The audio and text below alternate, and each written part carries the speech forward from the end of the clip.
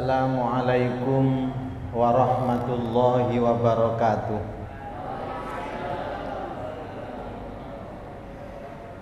Bismillahirrahmanirrahim. Alhamdulillahi rabbil alamin. Wabihi nasta'inu ala umuri dunya waddin. Wassalatu wassalamu ala ashrafil anbiya'i wal mursalin, Sayyidina wa maulana Muhammadin sallallahu alaihi wasallam, wa ala alihi wa ashabihi wa dhurriyyatihi ajma'in.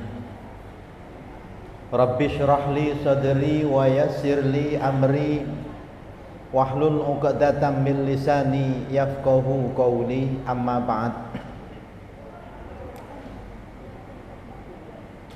Para alim, para ulama, para kiai, ibu nyai yang kita hormati dan kita muliakan,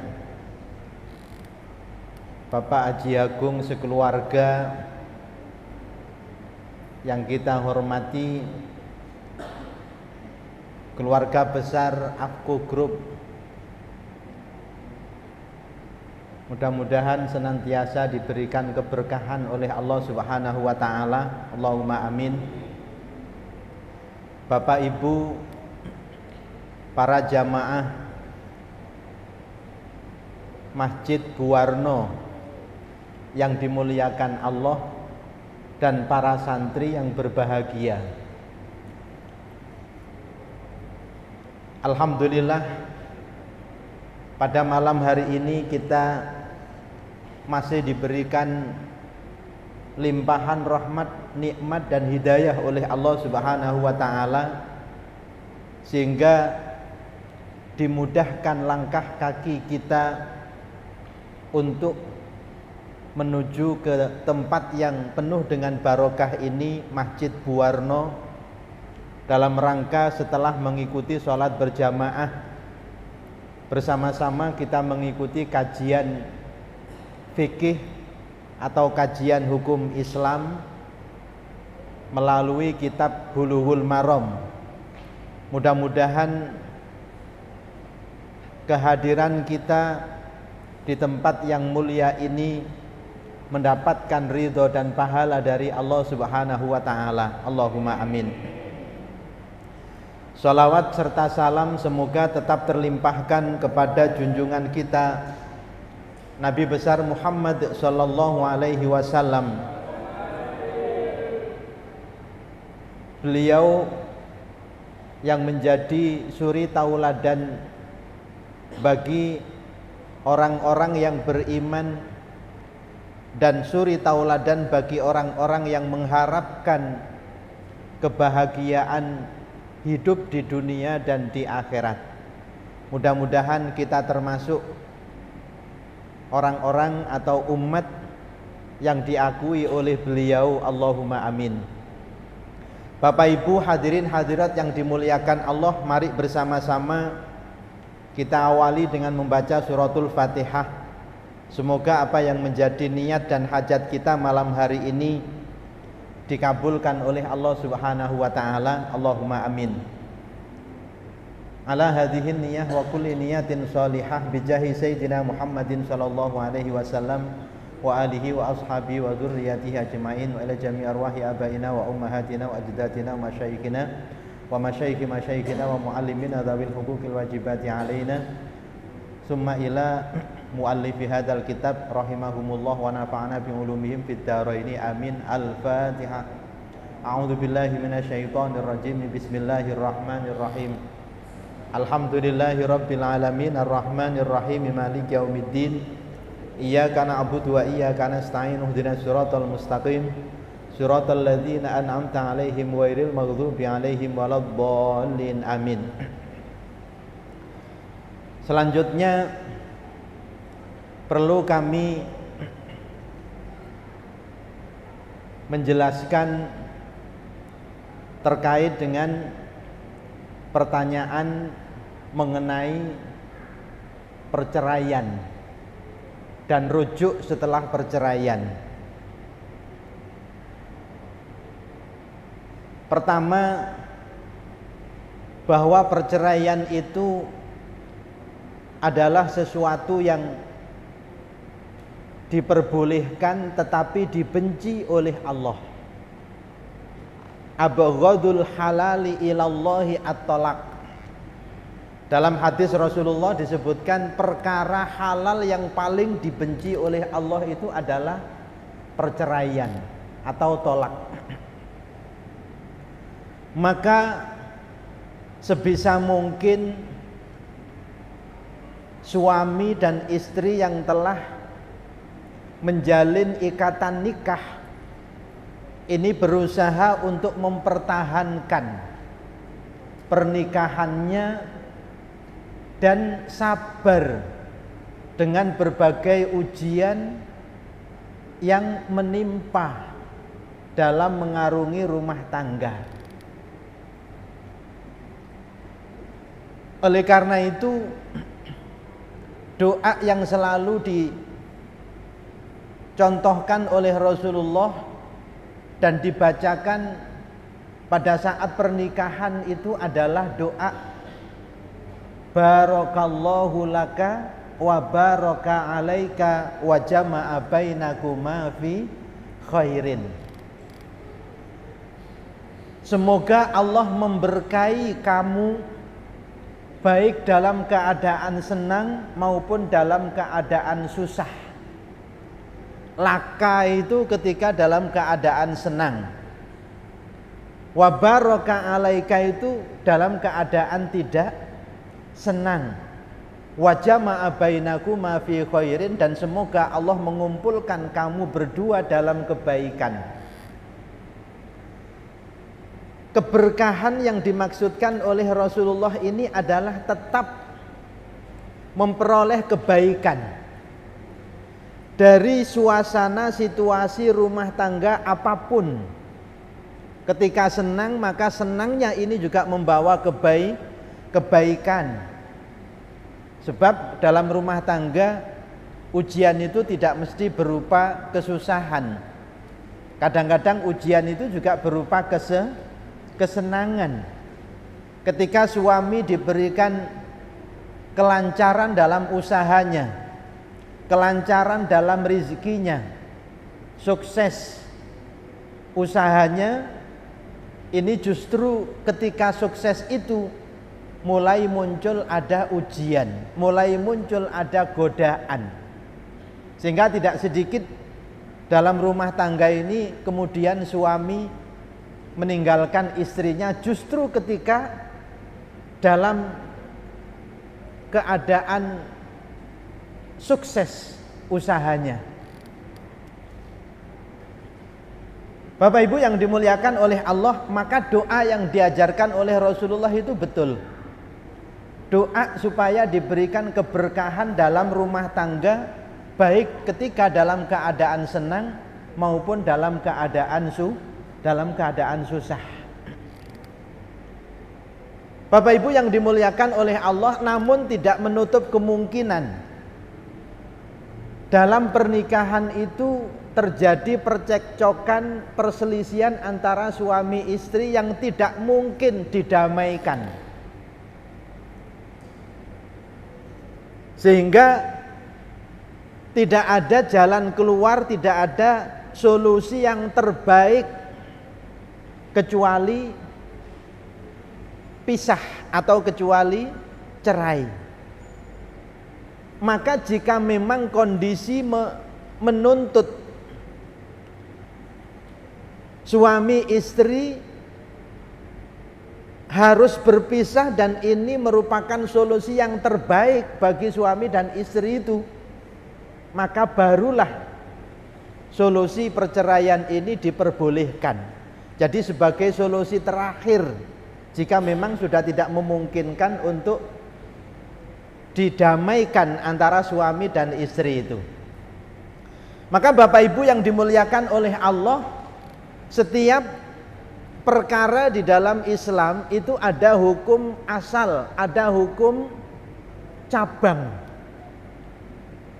Hukum asal dari pernikahan, dari perceraian itu adalah makruh. Itu hukum asalnya. tetapi kemudian bisa berkembang melihat situasi dan kondisi yang melatar belakangi perceraian itu. Maka situasi dan kondisi yang melatar belakangi perceraian itu bisa menjadikan hukum cerai ini menjadi sunnah, bahkan hukum perceraiannya juga bisa menjadi wajib. Jadi cerai itu ternyata tidak mesti makruh, tetapi cerai itu ternyata juga ada kalanya sunnah.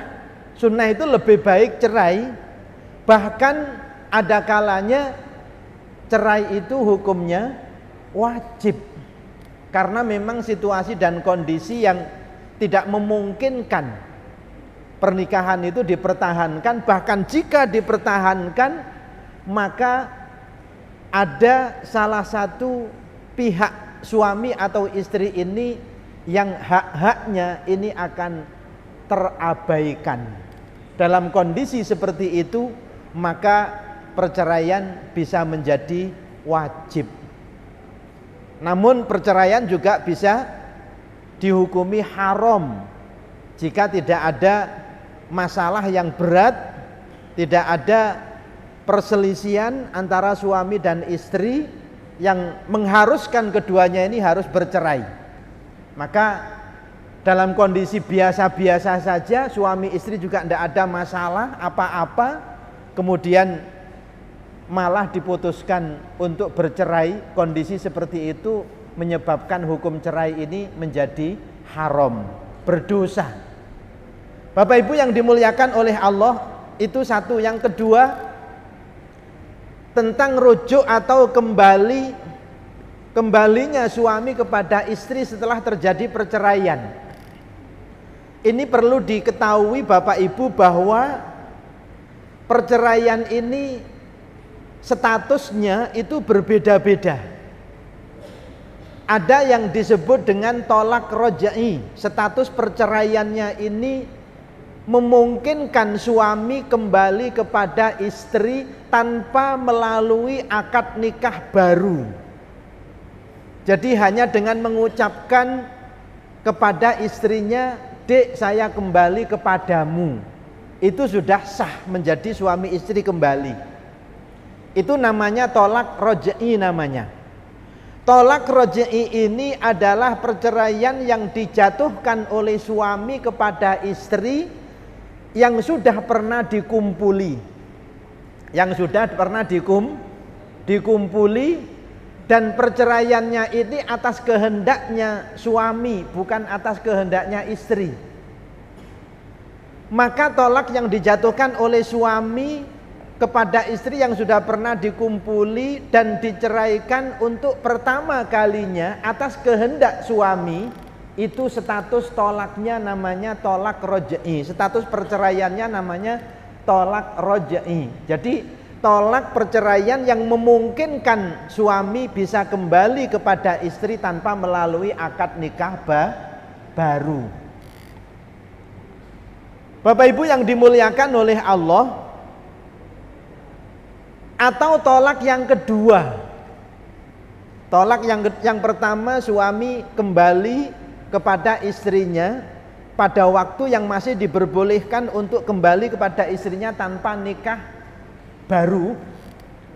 Kemudian setelah kembali ternyata suami menceraikan lagi untuk yang kedua kalinya, dan itu juga atas keinginan dari suaminya. Maka perceraian yang kedua itu juga statusnya namanya status tolak rojai, di mana suami masih diperbolehkan untuk kembali kepada istrinya menjadi suami istri tanpa melalui akad nikah baru. Yang kedua namanya tolak bain sughra. Jadi ada tolak rojai tadi sudah saya jelaskan. Yang kedua ada tolak bain namanya bain sughra. Tolak bain itu adalah status perceraian di mana suami tidak boleh kembali kepada istrinya menjadi suami istri kecuali jika dilaksanakan akad nikah baru, akad nikah lagi seperti akad nikah yang sebelumnya. Itu tolak bain sughra namanya, tolak bain kecil. Kapan tolak bain itu status tolak bain? Tolak yang dijatuhkan oleh suami kepada istri yang belum pernah dikumpuli. Jadi baru nikah, istri belum pernah dikumpuli, suami sudah menjatuhkan tolak. Maka status tolaknya, status perceraiannya langsung bain, bukan tolak roj'i. Bainnya bain sughra, artinya kalau suami mau kembali kepada istrinya, maka harus dengan akad nikah baru, dengan syarat dan rukun yang sama seperti akad nikah sebelumnya. Ya walaupun ini mungkin jarang terjadi ya, suami menceraikan istri baru, tapi ada ya, baru malam pertama paginya suami sudah menjatuhkan tolak kepada istrinya. Dan itu pernah terjadi di kampung saya juga ada. Jadi akad nikah malam, paginya setelah akad nikah itu suami sudah menjatuhkan tolak kepada istrinya. Yang seperti itu status tolaknya namanya tolak bain sughra. Istri belum pernah dikumpuli tapi sudah dijatuhkan tolak oleh suaminya atas keinginan suaminya. Atau tolak yang dijatuhkan atas permintaan istri. Atas permintaan istri itu tentu kepada hakim, dan hakim kemudian yang menjatuhkan tolak, bukan suami yang menjatuhkan tolak. Itu namanya khulu'. Jadi khulu' itu gugat cerai dari seorang istri kepada suami, yang kemudian cerainya ini diputuskan oleh hakim, dijatuhkan oleh hakim. Maka jika gugat cerai sudah diputuskan oleh hakim, maka status cerainya namanya tolak bain sughra, meskipun yang pertama kali. Dan status tolak bain sughra itu sudah tidak boleh suami kembali kepada istrinya kecuali melalui akad nikah baru. Mudah-mudahan bisa dipahami. Rodok berat materi ini. Yang kecil-kecil nyaut nggak kira-kira ini? Mudah-mudahan nyaut ya. Tapi yang besar-besar banyak, mudah-mudahan nanti bisa menjadi pelajaran. Yang ketiga itu namanya tolak bain kubro. Jadi tolak itu hanya 3 kali. Kalau suami sudah menjatuhkan tolak yang ketiga kalinya, maka tolak yang dijatuhkan untuk yang ketiga kalinya itu statusnya namanya tolak bain kubro. Ini tidak melihat apakah istri sudah pernah dikumpuli atau tidak pernah dikumpuli. Jika menjatuhkan tolaknya ini sampai 3 kali, maka status perceraiannya namanya tolak bain kubro. Tolak bain kubro itu mantan suami dengan mantan istri ini tidak bisa kembali meskipun dengan akad nikah baru, kecuali mantan istrinya ini pernah dinikahi oleh orang laki-laki lain. Dan orang laki-laki lain yang menikahi mantan istrinya ini bukan karena permintaan mantan suaminya tadi, tapi pernikahan atas keinginannya sendiri. Dan kemudian dalam pernikahan itu sudah pernah kumpul. Setelah kumpul kemudian oleh suami yang kedua ini diceraikan. Baru setelah diceraikan oleh suami yang kedua ini, mantan istri ini boleh dinikahi oleh mantan suami yang pertama. Berat syaratnya. Tidak hanya melalui akad nikah baru, tapi istri sudah harus pernah dinikahi oleh orang lain. Dan nikahnya dengan orang lain itu bukan karena perjanjian. Bukan karena perjanjian, Mas tolong mantan istriku ini kamu nikahi. Kenapa memang? Saya nggak bisa menikahi mantan istriku karena dia sudah saya jatuhkan tolak 3 sebelum dia dinikahi oleh orang lain. Dan setelah dinikahi oleh orang lain itu, orang lain yang menikahi harus pernah mengumpuli. Saya percaya kepada kamu karena kamu teman saya. Tolong nikahi istri saya dan kamu kumpuli, nggak usah banyak-banyak. Kamu kumpuli sekali, setelah itu kamu cerai, ya biar saya bisa nikahi lagi. Saya masih cinta sama istri saya. Yang seperti itu nggak boleh. Itu namanya nikah tahlil. Namanya nikah tahlil, bukan tahlil, ya, tapi tahlil. Nikah yang tujuannya dalam rangka untuk menghalalkan kepada mantan suami itu tidak boleh, haram nikahnya.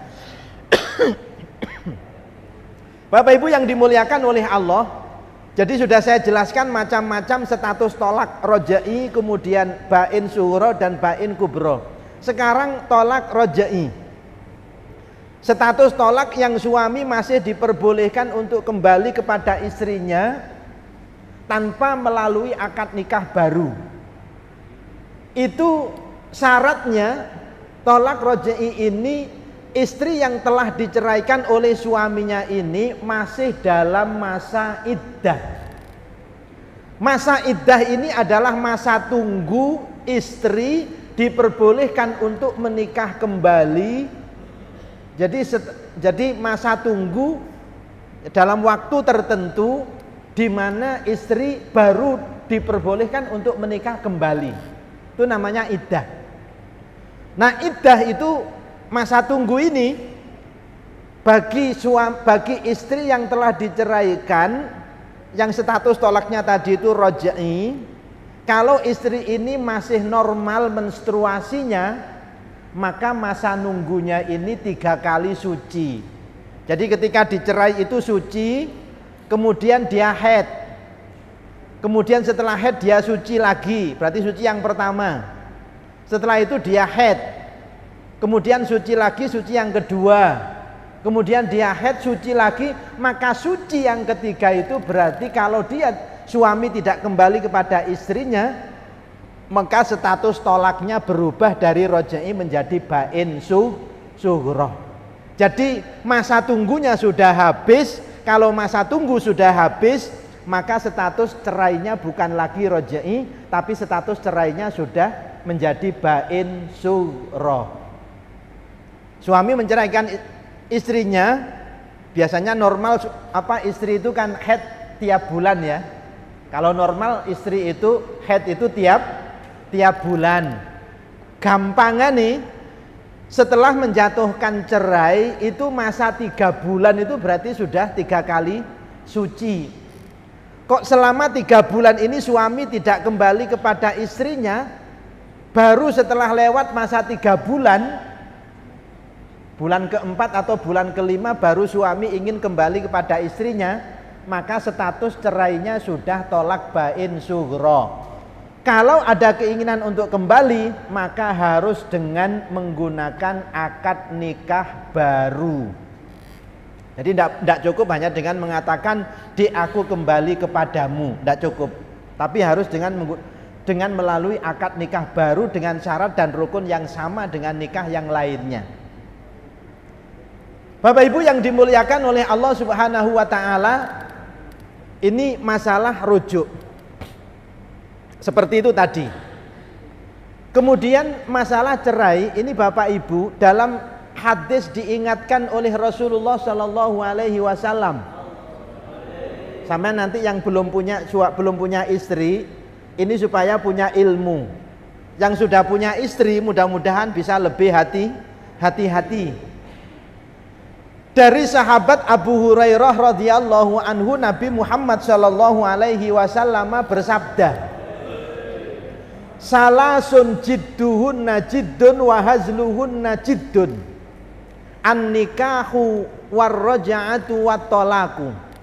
An-nikahu wat-talaqu war-raja'atu."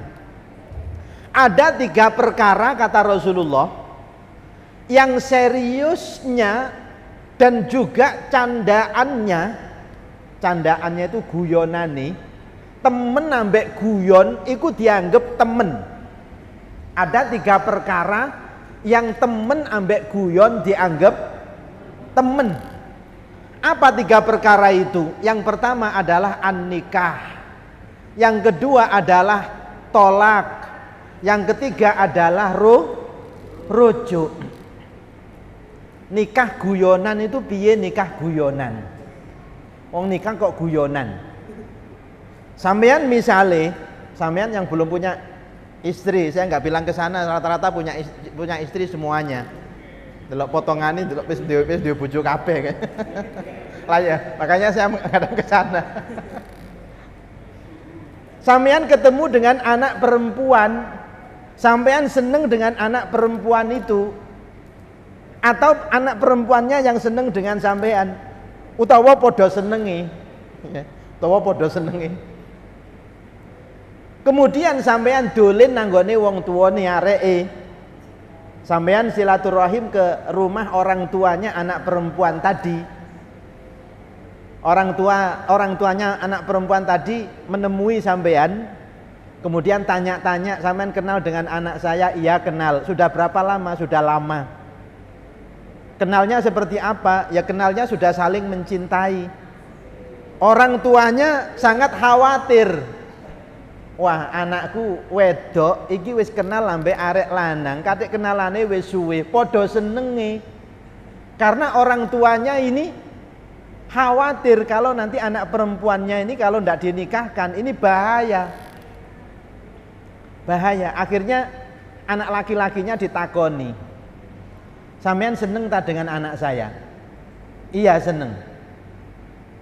Kalau begitu kamu saya nikahkan dengan anak saya. Sampean langsung gentle jawabnya, saya terima nikahnya.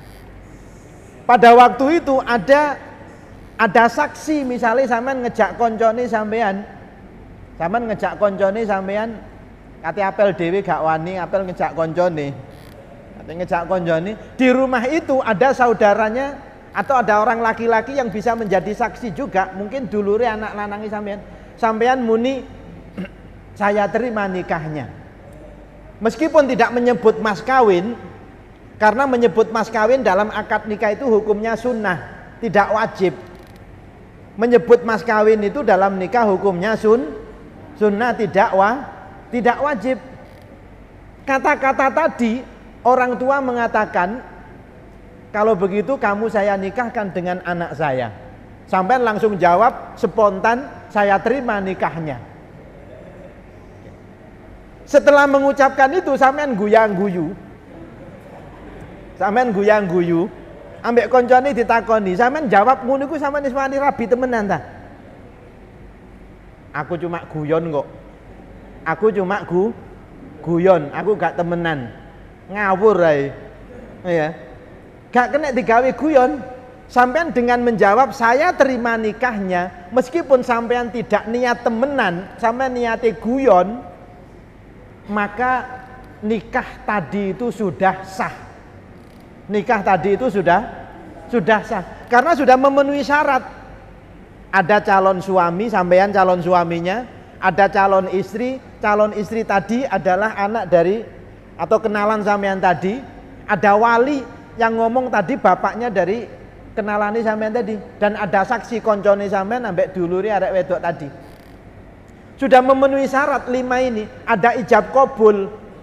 Ada ijab kabul itu wali menikahkan dan suami menjawab dengan jawaban menerima tadi. Yang seperti enggak enek KUA ya Pak. KUA itu tidak menjadi rukun nikah. KUA itu fungsinya hanya mencatat. Makanya istilahnya pegawai PPN. Pegawai pencatat nikah, bukan menikahkan. Kalau menikahkan itu karena diwakilkan oleh walinya kepada pegawai pencatat nikah. Jadi kehadiran pegawai KUA itu bukan untuk menikahkan, itu hanya untuk mencatat. Kalau memang mau dicatatkan, nggak dicatatkan pun nggak apa-apa. Itu contoh nikah yang guyonan tapi jadi sah. Ya, nek ngono kok jange aku tak mancing-mancing wong tuane ae nek ngono. Ya. Sampean sing duwe niat temenan tapi sampean kepingin mancing wong tuane biar mau menikahkan anaknya. Ya, dinikahno temenan, akhirnya sah. Sampean guyang-guyu, ya. Akhirnya sah, nikahnya sah. Itu contoh nikah yang dibuat-buat, nikah yang digawe guyonan tapi dadi temenan. Jadi 3 perkara yang tidak boleh dibuat main-main. Guyonane dadi dianggap temenan. Nikah tadi itu contohnya. Atau sampean apa istilahnya? Ya contohnya tadi. Sekarang yang kedua masalah tolak. Tolak itu juga sama. Tolak itu dibuat mainan, ini jadi sungguhan. Tolak itu meskipun dibuat mainan, tapi konsekuensinya jadi sungguhan. Nek aku muni tolak berarti ngadep ke sana. Ke sana enggak mungkin. Gurung punya bojo sapa sing kate ditolak. Ya. Saya menghadap ke sana tolak. Jangan dibuat main-main. Saking senengnya suami kepada istrinya, guyonane sampai guyonan tentang tolak. Dik, sampean saya cerai ya. Sampean saya cerai ya. Walaupun istri tidak menjawab, karena cerai itu tidak butuh jawaban dari istri, kecuali nikah tadi memang butuh jawaban dari calon suami. Kalau cerai, ketika suami sudah mengucapkan, "Dek, kamu saya cerai," meskipun istrinya tidak menjawab, maka sudah jatuh cerai, sudah jatuh tolaknya. Ngomongnya nggak serius kok Pak Ustadz, ngomongnya guyonan kok. Lah ini yang disebutkan oleh hadis Rasulullah. Meskipun dilakukan dengan tidak sungguhan, maka konsekuensinya menjadi sungguhan. Saya cuma guyon tadi menceraikan istri, cuma guyon. Sekalipun tidak ada niat untuk mencerai, hanya sekedar guyon, maka tolaknya jatuh. Kalau tolaknya jatuh, berarti istri yang sudah dijatuhi tolak tadi, ini statusnya sudah bukan menjadi istrinya. Nah, ini yang harus hati-hati. Maka kemudian sesenang apapun, jadi sebahagia apapun, suami jangan sampai kemudian guyonan dengan kata-kata cerai. Guyonan dengan kata-kata cerai. Atau sebaliknya, ada masalah apapun, jangan mudah mengucapkan kata cerai suami kepada istri. Kenapa suami kepada istri? Karena yang punya hak cerai itu adalah suami. Kalau yang mengucapkan cerai itu istri, meskipun diucapkan 1000 kali nggak akan jatuh. Jadi istri itu nggak punya wewenang untuk menjatuhkan cerai. Cerai itu wewenangnya diberikan kepada suami. Dadakno tukaran istrinya sampai marah. Pada saat marah itu istrinya kemudian mengucapkan kata cerai kepada suaminya. Sudah, kamu sekarang sudah bukan suamiku lagi, kamu sekarang saya cerai. Enak istri kok sampai cerai suaminya. Meskipun itu diucapkan 1000 kali, nggak akan jatuh cerainya, nggak membawa konsekuensi apa-apa. Jadi gak popo, tapi jangan mengucapkan itulah ya.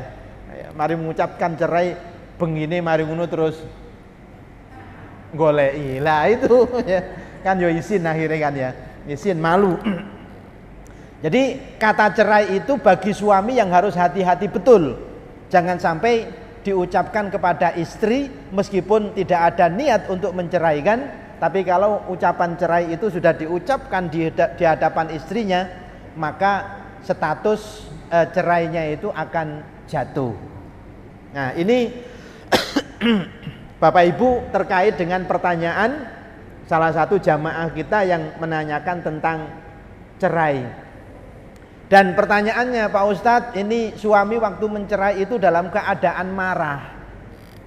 Suami waktu menceraikan istrinya itu dalam keadaan emosi.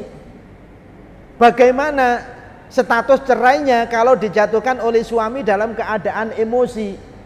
Para ulama membagi emosi itu menjadi 2 klasifikasi. Pertama, status emosi yang tingkat emosinya ini sampai kemudian suami tidak sadar mengucapkan atau melakukan perbuatan apapun, itu tidak sadar kalau dia melakukan perbuatan itu atau mengucapkan suatu ucapan itu sampai tidak sadar. Dan kata para ulama, kondisi marah yang seperti ini itu jarang. Marah sampai tidak sadar apa yang dia ucapkan, marah sampai tidak sadar apa yang dia lakukan. Misalnya sampai memukul istri, sampai memukul anak misalnya, sampai membanting TV misalnya. Marah sampai seperti itu, ketika membanting TV itu misalnya, dia sadar enggak ketika membanting televisi tadi itu? Kalau dia masih sadar, maka dia masih kelas marahnya masih kategori marah yang membawa konsekuensi hukum. Yang membawa konsekuensi hukum.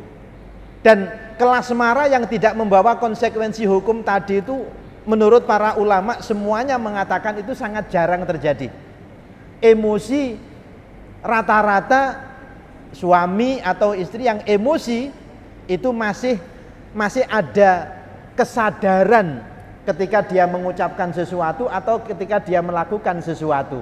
Nah, karena masih ada kesadaran ketika dia mengucapkan atau melakukan sesuatu itu, maka jika dalam keadaan emosi seperti itu dia mengucapkan kata cerai kepada istrinya, maka ucapan cerainya ini dianggap jatuh. Jadi saya baca dalam beberapa referensi kitab, ternyata dalam keadaan emosi, dalam keadaan marah yang tidak sampai jatuh tolaknya itu sangat jarang. Ya, karena kondisi marah yang sampai misalnya tidak sadar apa yang dia ucapkan, apa yang dia perbuat itu sangat kecil kemungkinannya. Rata-rata ya tingkat emosi atau marah seorang suami yang menjatuhkan tolak kepada istrinya ini masih level ada kesadaran di situ apa yang dia ucapkan dan apa yang dia lakukan. Oleh karena itu hukum tolaknya dianggap jatuh. Apalagi kalau misalnya tolaknya dilakukan di depan hakim. Di depan hakim itu kan hakim tidak langsung memutuskan. Biasanya masih ada waktu ya untuk mediasi antara suami dan istri itu. Nah, artinya kalau kemudian hakim menjatuhkan itu biasanya setelah sidang yang ketiga itu yang paling cepat. Sidang yang ketiga itu paling cepat. Sidang yang ketiga itu berarti yang minggu ketiga. Karena biasanya minggu pertama ini memasukkan gugatan atau memasukkan permohonan, minggu kedua kemudian dipanggil untuk diklarifikasi, minggu ketiga kemudian dipanggil saksi-saksi dan kemudian dimediasi. Kalau minggu ketiga ini sudah diputuskan, itu sangat luar biasa. Artinya kan minggu ketiga itu ada waktu 21 hari baru diputuskan. Dalam waktu 21 hari ini, misalnya suami emosi mulai hari pertama sampai hari ke-21 ini masih emosi, saya kira emosinya tentu tidak seperti pada waktu hari yang pertama. Ya, artinya ketika dijatuhkan cerai itu tingkat emosinya suami ini masih ada kesadaran di situ. Dan di situ diputuskan oleh para ulama bahwa perceraian yang dilakukan seperti itu tetap dihukumi jatuh cerainya. Dan ketika mau kembali, tadi harus dilihat tadi. Ketika mau kembali, sudah berapa lama ya talak itu dijatuhkan, diputuskan jatuh. Kalau itu tolak yang pertama kepada istri yang sudah pernah dikumpuli, paling tidak minimal 3 bulan ya, di masa 3 bulan itu masih ada kemungkinan ya untuk rujuk tanpa melalui akad nikah baru. Tapi kalau sudah lewat dari 3 bulan, itu biasanya status tolaknya sudah berubah dari tolak roj'i kepada tolak bain suro. Kalau ada niat kembali, berarti harus dengan melalui akad nikah baru, seperti akad nikah sebelumnya, dengan mas kawin, dengan rukun dan syarat yang sama dengan nikah sebelumnya. Itu tentang jawaban mengenai pertanyaan tentang cerai ya. Mudah-mudahan bisa memahamkan kepada kita semuanya, dan mudah-mudahan yang sudah menikah tidak mudah mengucapkan kata cerai ini ya, dan yang sebelum nikah mudah-mudahan nanti juga bisa lebih hati-hati ketika sudah punya istri. Karena dalam pernikahan itu ketika sudah gampang mengucapkan kata cerai, itu khawatirnya cerainya jatuh tetapi masih kumpul suami istri, maka status nikahnya sebenarnya sudah tidak ada hubungan nikah antara suami istri itu, tapi masih kumpul jadi satu. Itu akan melanggar hukum Allah dan konsekuensinya dalam hidup berumah tangga pasti tidak akan membawa kepada kebahagiaan. Seperti itu. Demikian Bapak Ibu yang dimuliakan oleh Allah tentang jawaban dari pertanyaan tentang perceraian itu. Mudah-mudahan bisa dipahami, dan kalau ada pertanyaan lain monggo. Dari santri ada mboten? Dari para jamaah? Dari ibu-ibu? Mboten enten nggih. Nggih, monggo.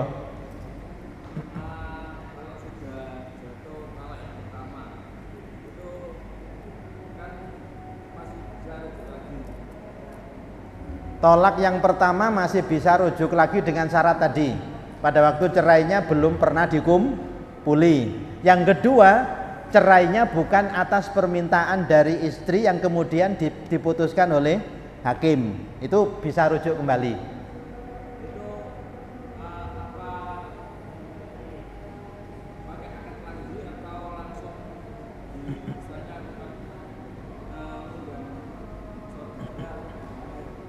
Baik. Jadi rujuk itu bukan akad nikah ya. Rujuk itu bukan akad nikah. Jadi rujuk itu adalah ucapan suami atau perbuatan suami yang menunjukkan bahwa suami ini kembali kepada istrinya.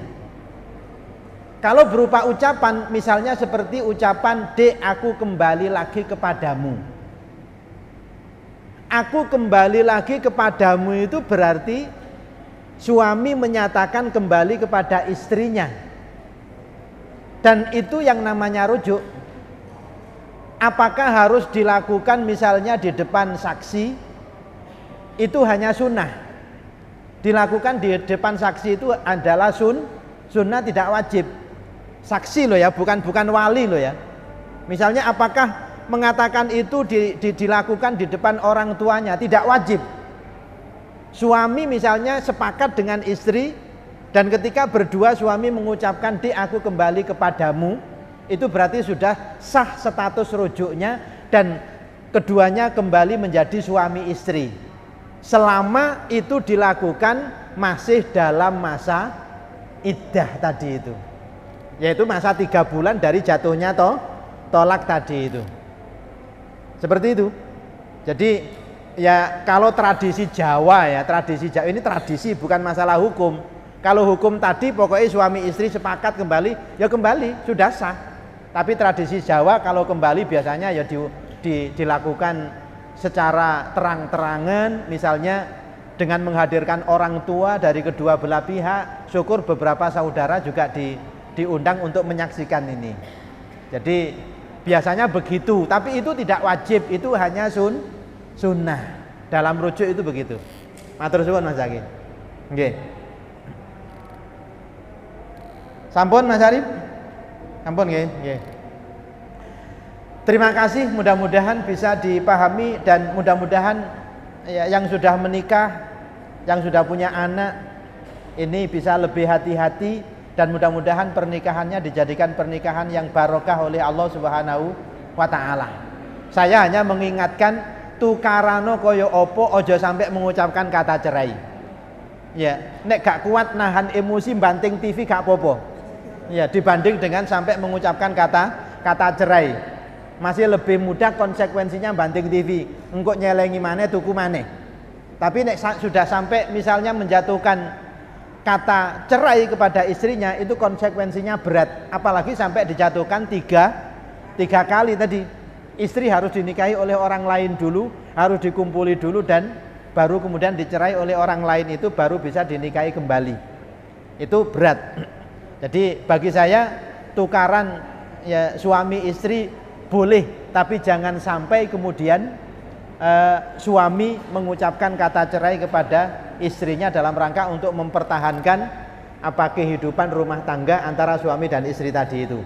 Demikian, mudah-mudahan ada manfaatnya, dan mudah-mudahan menjadi ilmu yang manfaat dan barokah. Allahumma amin ya rabbal alamin. Rabbi fanfa'na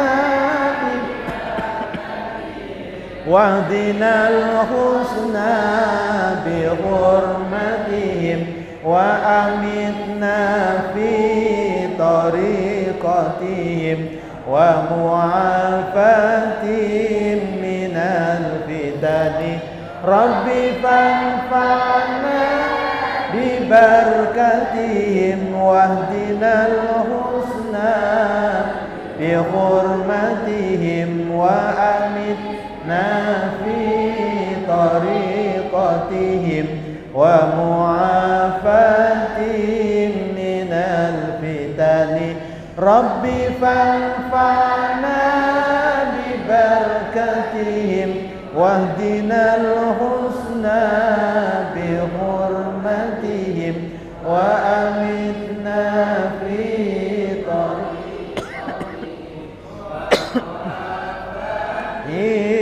من الفتن. Wassalamualaikum warahmatullahi wabarakatuh.